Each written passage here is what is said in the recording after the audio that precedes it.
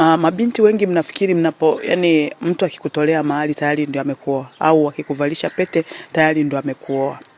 Amvumilii kuingia kwenye agano. Au mwingine unakuwa na pressure, yani kuna pressure fulani iko kwa mabinti, akiona amefikisha miaka 23, 24, 25, anakuwa na pressure fulani hivi.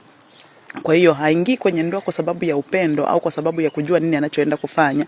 Anatafuta kuingia kwenye ndoa kwa sababu anaona umri kama umri unaenda. Nataka nikwambie, umri wewe unaohesabu ni wa kwako wewe, sio wa Mungu.